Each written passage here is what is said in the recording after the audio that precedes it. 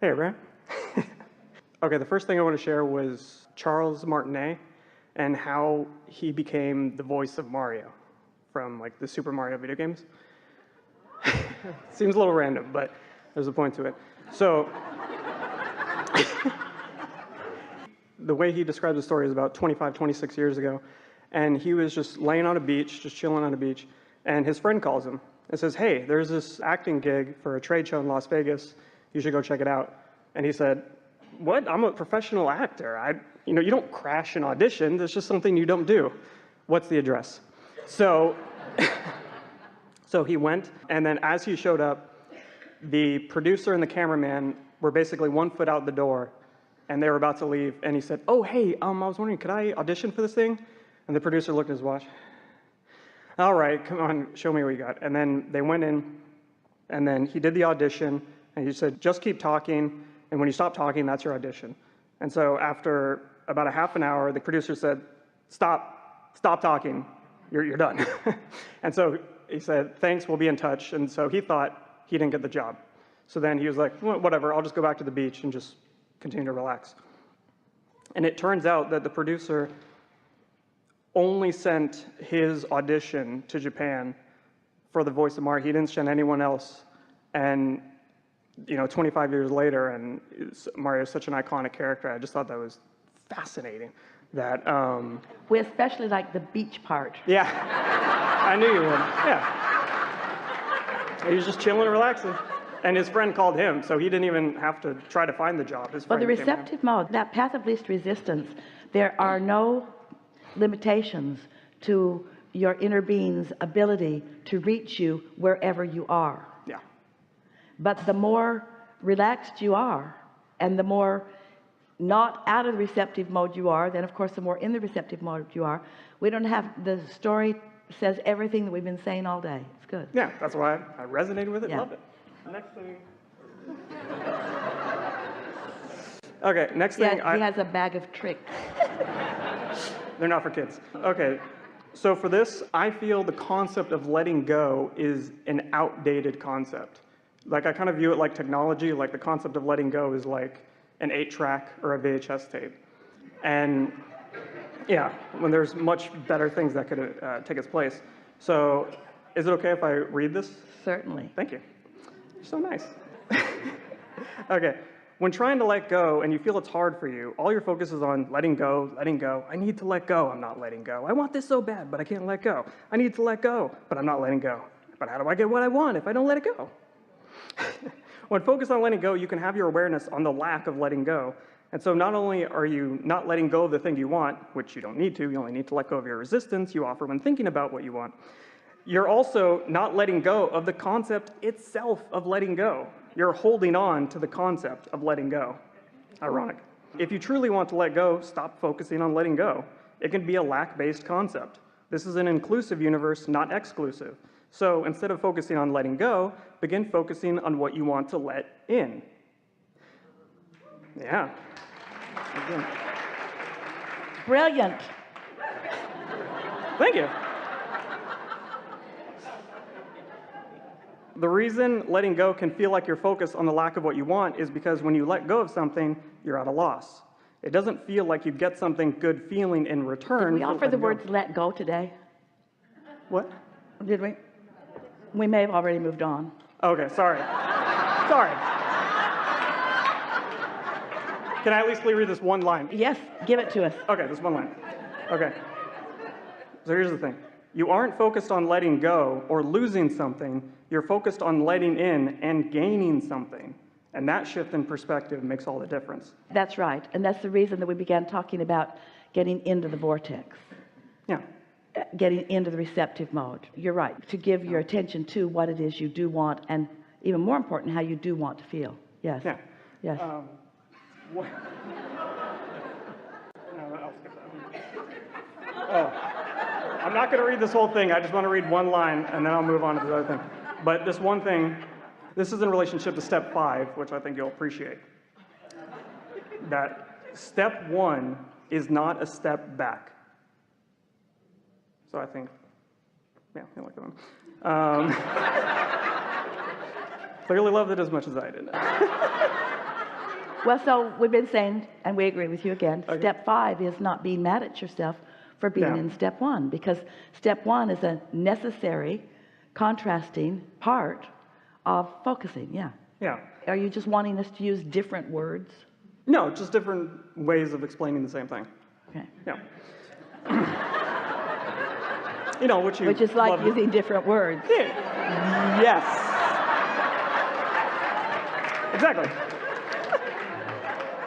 Okay, and so for the last thing, I wanted to talk about step 6 in the introduction. Hopefully you figured out what it is, 'cause we yes. don't have a clue. Yes. Well, in order to talk about step 6, you have to So talk about step 1 5. is Yeah. asking, because knowing what you don't want, knowing what you do want causes you to ask. Step 2 is not your work, source answers. That's what the vortex is. That's all that coming together. That's that building of all that momentum in the vortex. Step 3 is being in the receptive mode so that you can allow what you're asking for to come into your awareness. Step 4 is mastery. Become master of step 3. It's what you were talking about. That's where in the category of not trying to let go of it, but instead allowing it. That's what that mastery is about. Getting a sense of what the feeling of being in the receptive mode is. So that's step 4. Step 5 is being aware that while you are most often in the receptive mode because you have mastered it, that because of your powerful desire that you were born with, that you will never give up, this powerful desire to continue to move forward, to continue to have more things to ask for, to continue to give birth to more desires, then step 1 is a necessary and important part of the equation. So step 5 is understanding that step 1 is going to come up over and over again. But once you've mastered being in the receiving mode, then step 1 is something that you don't dread or fear or try to let go of. Instead, it's something that you embrace because you understand that that's where all the juice is. Yes? Yeah. So step 6 is? Well, I feel that step 5 is basically embrace contrast and that you're okay with it. I would say that step 6 is embrace desire.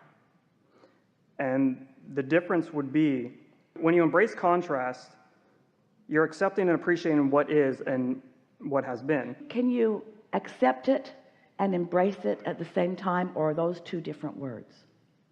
I'd say there's a vibrational difference between them. Yeah. So choose one. When you embracing what is and what has been, and when you embrace desire, you're appreciating the anticipation of what you want and what is unfolding.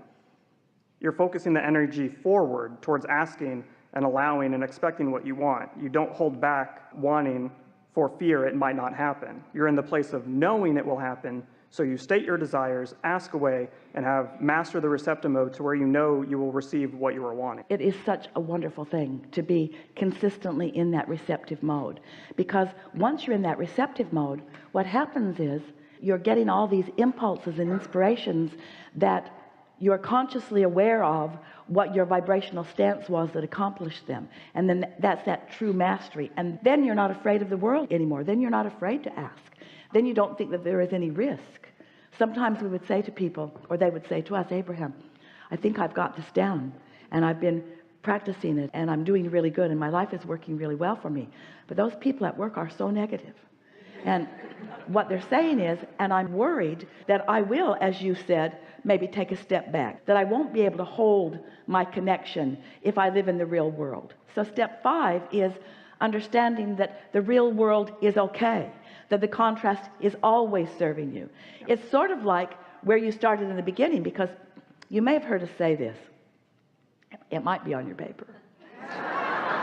Probably is. That you don't have to know anything about the law of attraction. You don't have to know anything about the laws of the universe. You could just be in this world being exposed to contrast, and you would naturally be giving birth to desires.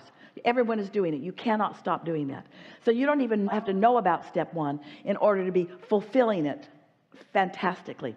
Step 2 has never been your job. That's source and the vortex and law of attraction. That's where your desires get all shored up. Things like them are drawn to them. They become big. They include everything that you've ever wanted. They become bigger than you could even consciously acknowledge. And then step 3 is, because you are on the beach, because you are chilled out, because you have let go, because you're not worrying about this or that or this or that, because you are in the receptive mode, and often accidentally, because you didn't do it on purpose. You just followed your natural instinct to want to feel good, and it feels good to feel good, and it feels good to go to the beach, and it feels good to be in the sand, and it feels good. So you don't have to know any of that either. Step 1, step 2, step 3 all happened without you even knowing about it. But now where the mastery comes in is where you are starting to put 2 and 2 together. You're starting to notice the relationship between how you felt and what is turning out. You're starting to notice that there is a vibrational thing that's going on that you can feel even before manifestation. Mastery of creation means you got to know what's going on before there's a manifestation that tells the tale of what's going on. So the true mastery is understanding what your emotions mean. Understanding that the better you feel, the more in the receptive mode you are, and the more broader view that you have. And then step 5 is relaxing into the absolute understanding that it is right for you to have been born into a world of contrast. So many people, there have been hundreds of them that have sat in this chair before us, and their predominant question that they want to know about is, Abraham, if we were source energy, and if we were living happily ever after, and if we were pure positive energy, why would we ever come into a situation where contrast is thwarting us in the way that it is? And that's the part that step 5 really answers. You got to fall in love with step 1. You got to love yourself so much. You've got to feel your worthiness regardless of what's going on. You've got to not be so quick to judge yourself unworthy because of this consequence or this thing that is unfolding right now. That mastery of understanding.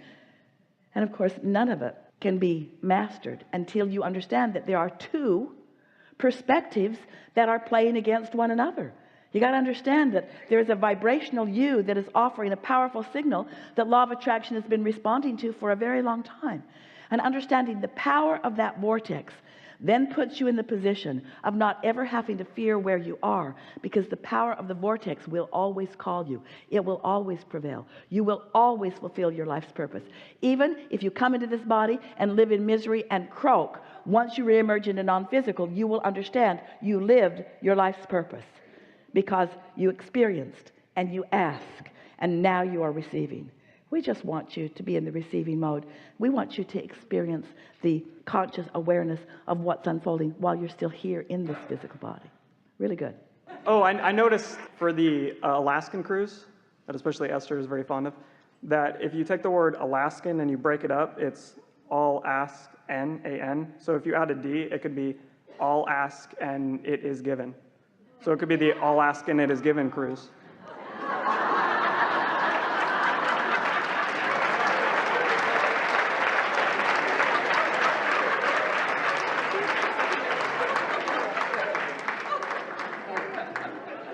One last thing.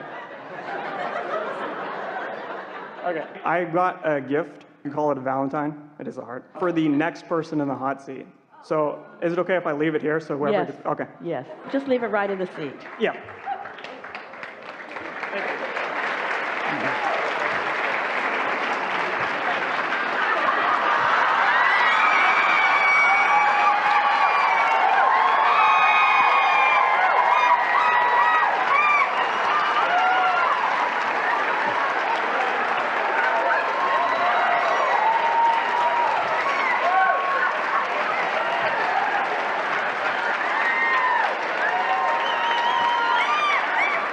Now what?